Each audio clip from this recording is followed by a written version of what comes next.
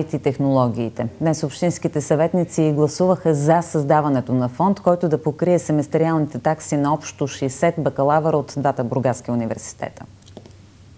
Създаването на фонда се обуславя от търсенето на специалисти в IT сектора. Много компании се колебаят да инвестират в Бургас, именно поради липса на квалифицирани кадри.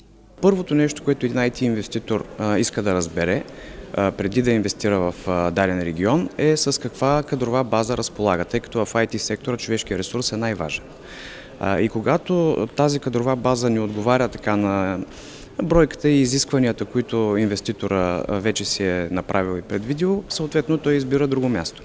С подкрепата си за създаването на фонда, 30 студенти от Бургаски свободен университет и 30 от университета професор доктор Асен Златаров ще се обучават безплатно за бакалавърска степен в специалностите софтуерно инженерство и комуникационна и компютърна техника. В други градове, като например Пловдив, вече подобни методики работят доста добре и съответно това кара студентите да ходят натам. С този тип, пак казвам, подпомагане, ние ще помогнем на студентите да останат в Бургас, да учат в Бургас и вече при тяхното наличие тук, съответно инвеститорите да изберат пък да инвестират в Бургас.